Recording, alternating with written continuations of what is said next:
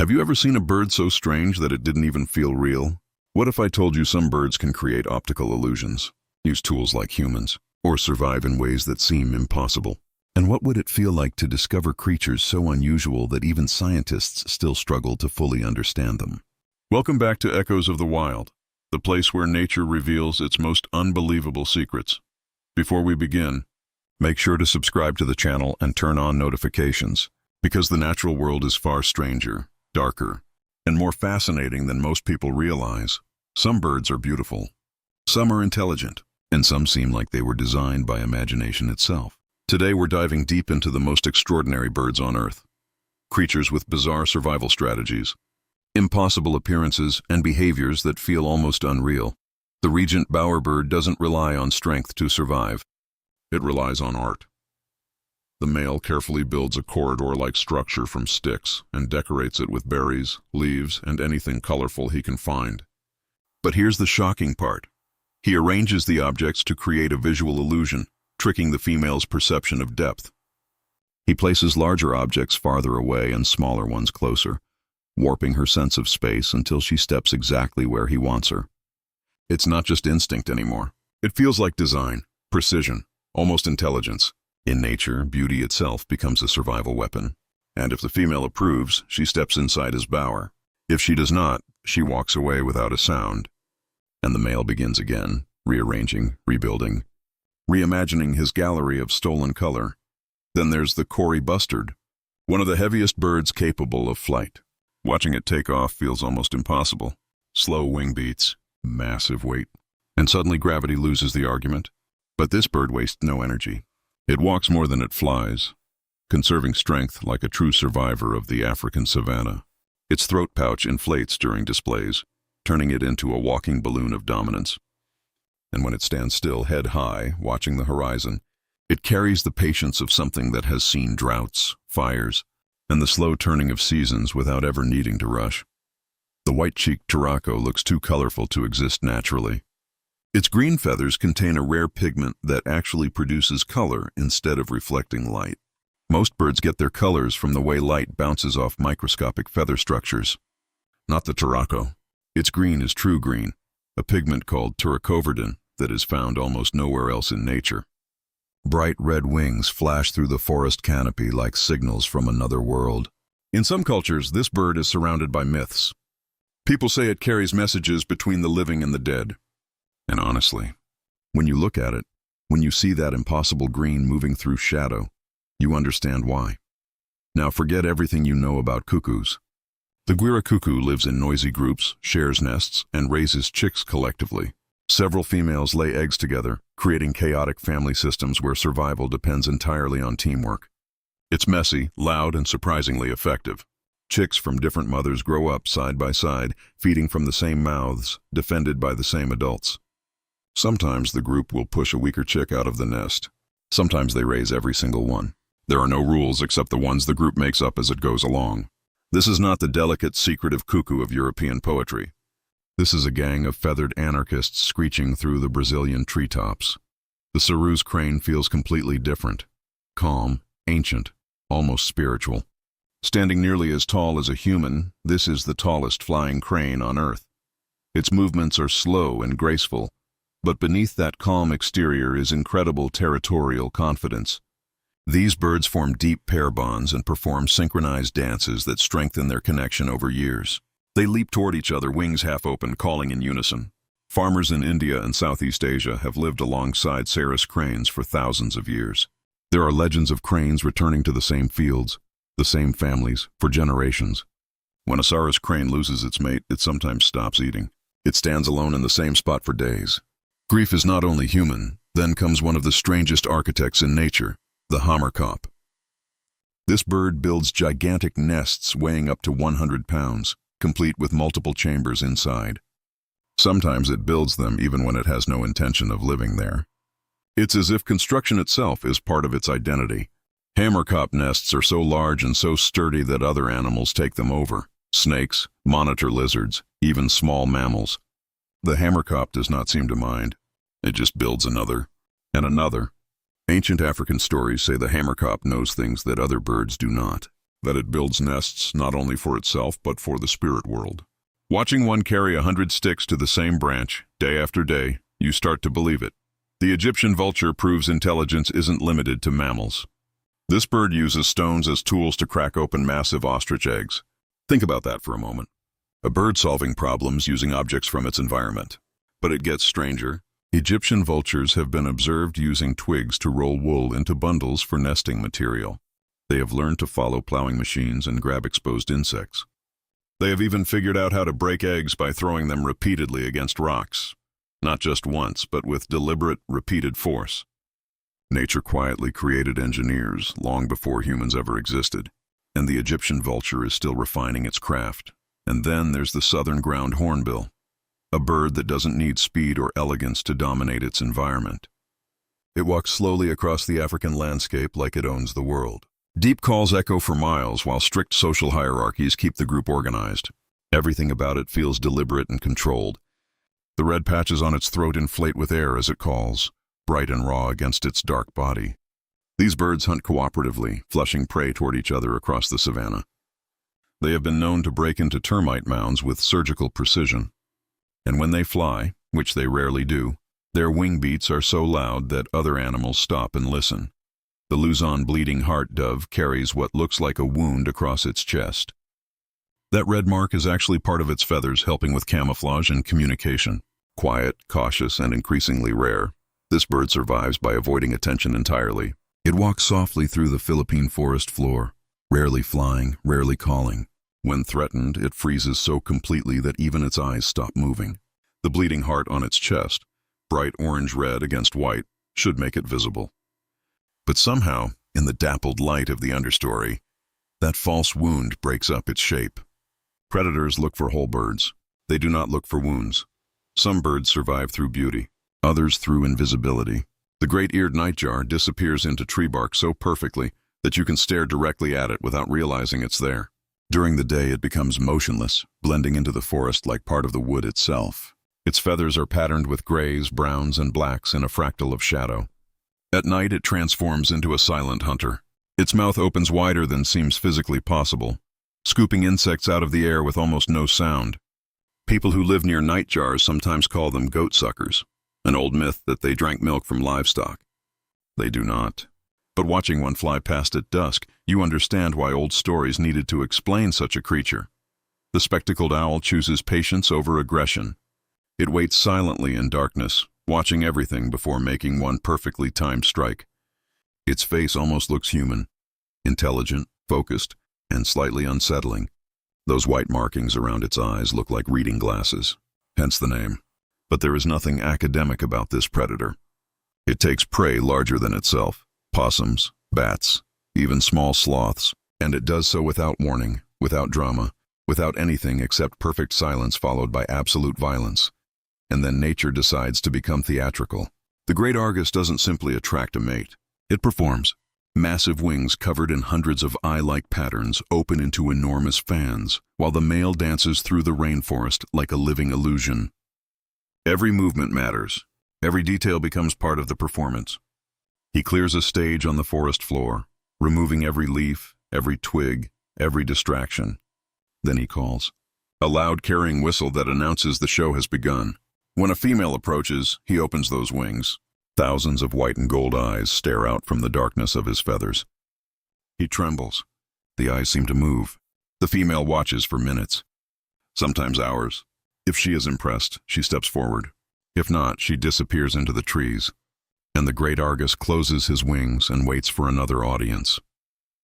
Far above the African skies flies Ruppel's griffon vulture, one of the highest flying birds ever recorded. It can soar at altitudes so extreme that even many aircraft struggle there. Built for survival in thin air, it patrols the landscape like a silent guardian of the ecosystem. There is a recorded case of a Ruppel's vulture colliding with an airplane at over 37,000 feet. That is higher than most commercial flights. At that altitude, temperatures drop below -50 degrees. Oxygen is barely a memory. And yet the vulture flies there casually, scanning for carcasses with eyes that can spot a dead animal from miles away. Mean wing. Animal from miles away. Meanwhile, the red-billed streamer tail turns flight into art. Its long tail streamers cut through the air while metallic green feathers flash in tropical sunlight. Fast, aggressive, and unbelievably agile, it feels more like living energy than a bird. This is Jamaica's national bird. Locals call it the doctor bird because those long black tail feathers look like the coattails of an old-fashioned physician. Males chase each other through jungle clearings at speeds that blur the eye. Their wings hum. Their throats flash ruby red. And when two males fight, they rise together into the sky, spiraling higher and higher until one finally gives up and drops back to earth. The Malayo may have one of the strangest parenting strategies in nature. Instead of incubating eggs itself, it buries them in volcanic soil and lets the Earth's heat do the work. The chicks hatch fully independent and can fly almost immediately. No lessons, no protection. Survival begins instantly. Malayos live only on the island of Sulawesi in Indonesia. They dig deep holes in sun-baked sand or near geothermal vents, lay a single enormous egg, and then walk away forever. The egg is 5 times larger than a chicken egg relative to body size. The chick digs itself out, runs to the forest, and never sees its parents. It will not even recognize another Malayo until it reaches maturity. Solitude is not a phase for this bird. It is the whole story. Then there's the martial eagle, pure airborne power. Massive talons, crushing force, and endless patience. It doesn't attack recklessly. It waits, watches, calculates. And once it commits, the outcome is usually decided before the prey even understands the danger. A martial eagle can kill a small antelope. It can break the spine of a monkey with one squeeze. Its talons are longer than the claws of a grizzly bear relative to body size. But it hunts only once or twice a week. The rest of the time, it sits on a high perch, motionless, scanning. Some martial eagles have been observed guarding the same territory for over 20 years. They are not hunters. They are lords. The story of Lear's macaw is both beautiful and tragic. Its deep blue feathers look unreal, almost artificial. But habitat destruction pushed this species dangerously close to extinction. Slowly, numbers are recovering, proving that even fragile beauty can survive when given a chance. For decades, scientists believed Lear's macaw was simply a color variation of the more common hyacinth macaw. They did not realize it was a separate species until the 1970s, and by then, only a few dozen remained. They nest exclusively in cliff faces. They eat only the nuts of a specific palm. They are picky, stubborn, and desperately vulnerable. Today, conservationists guard their nesting sites around the clock. Every chick is a victory, and finally, the swallow-tailed gull, the only fully nocturnal gull in the world. While most seabirds rest, this one hunts beneath glowing bioluminescent skies, using enormous eyes adapted perfectly for darkness.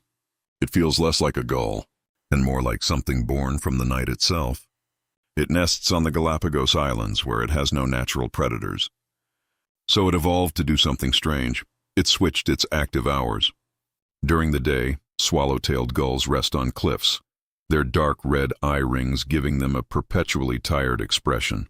At night, they fly out over the ocean, following the glowing trails of squid and small fish. Their chicks are fed at midnight. Their calls echo across dark lava fields. If you hear one and do not know what it is, you might think you are hearing something ghostly. But we have only scratched the surface. Because for every strange bird you have just heard about, there are a dozen more that will break your understanding of what flight, feathers, and survival can mean. Let us go deeper. Consider the hoatzin of the Amazon. This bird smells like fresh cow manure. No exaggeration. It is the only bird in the world that digests leaves the way a cow does, through foregut fermentation. Its stomach is so packed with bacteria that the fermentation process gives off a powerful odor. Locals call it the stink bird.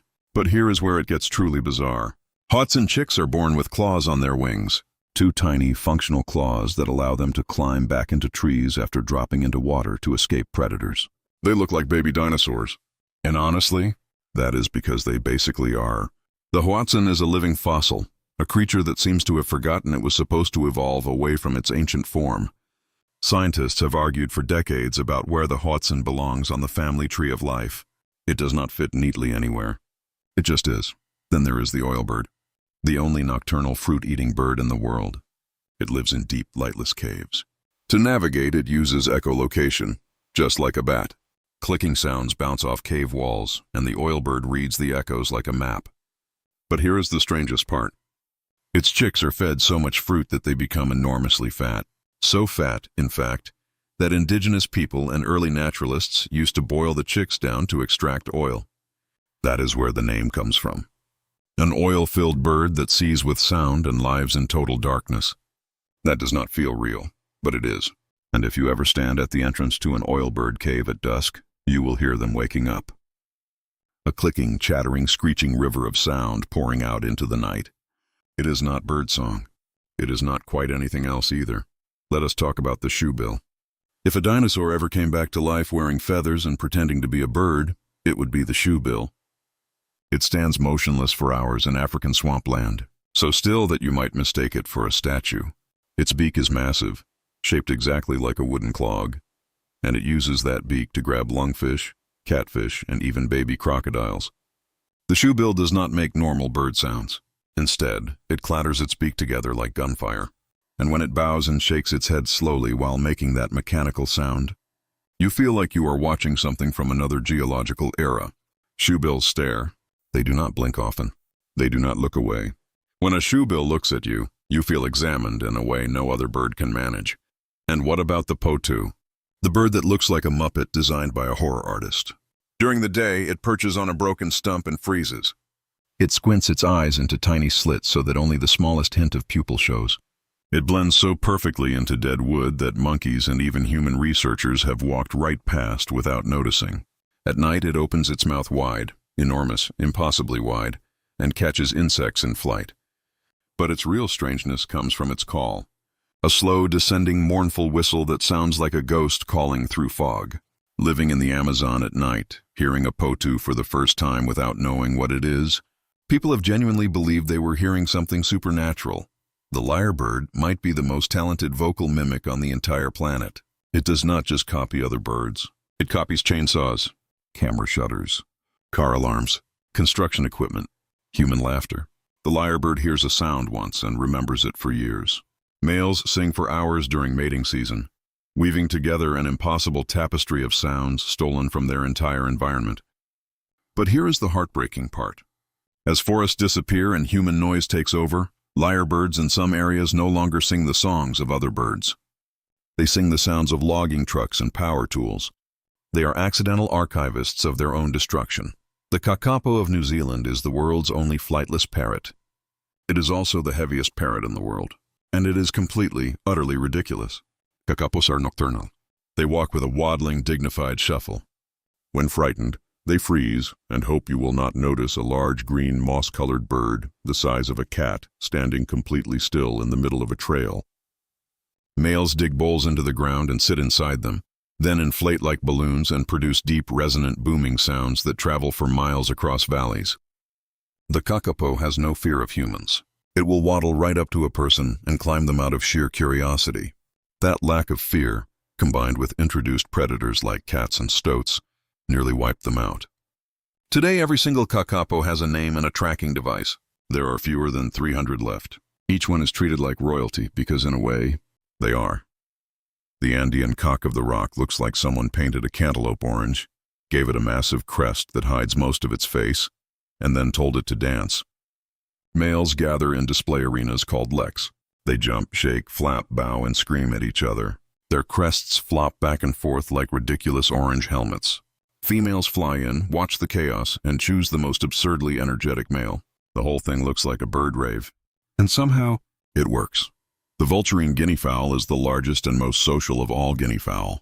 It has a bare blue face, a long feathery cape over its neck, and bright red eyes. It lives in large, complex groups with stable hierarchies, alliances, and even what scientists have described as reconciliation behaviors after fights. These birds have social lives so intricate that researchers have compared them to primates. They make decisions together. They move across the savanna in coordinated flocks that seem to vote on direction.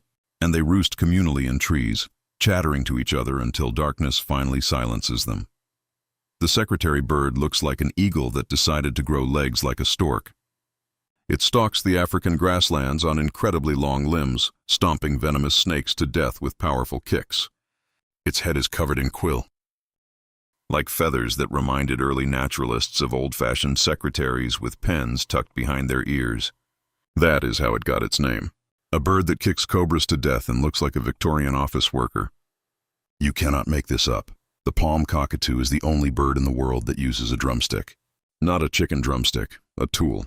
Males break off a thick twig or seed pod, hold it in their foot, and rhythmically bang it against a hollow tree trunk. They are drumming. Each male has his own rhythm, his own beat. They use drumming as part of their courtship display, alongside loud whistles and a stunning bright red cheek patch that flushes darker when they are excited. A bird that plays percussion, that understands rhythm, that makes music not just with its voice but with an instrument it created. The marabou stork is called the undertaker bird for a reason. From behind, with its white ruffled neck feathers and dark cloak-like wings, it looks like a Victorian funeral director. Its head is bald and covered in red spots. A pink gular sac dangles from its throat like a fleshy balloon. It feeds almost exclusively on carrion and garbage. But here is the twist. Marabou storks are also incredibly efficient thermoregulators. They defecate on their own legs to cool down through evaporation. It is disgusting. It is brilliant. And it works. The anhinga is known as the snake bird. When it swims, only its head and slender neck remain above the water. It looks exactly like a snake gliding across the surface, but beneath the water, its body is fully submerged. Unlike most water birds, the anhinga does not have waterproof feathers. It soaks through deliberately. That allows it to dive deeper and stay down longer. But it also means that after swimming, the anhinga must climb onto a branch and spread its wings wide to dry. Standing there with wings outstretched, silhouetted against the sun, it looks like a prehistoric symbol carved into stone. The ribbon-tailed astrapia has the longest tail feathers relative to body size of any bird in the world. The body is barely larger than a sparrow. But the tail? 2 pure white ribbons more than 3 times the length of the entire bird. When it flies through the high mountain forests of Papua New Guinea, those tail feathers stream behind like smoke. They seem impossible. They seem like a costume rather than a living creature. But females judge males almost entirely by the length and symmetry of those ribbons. The longer the better.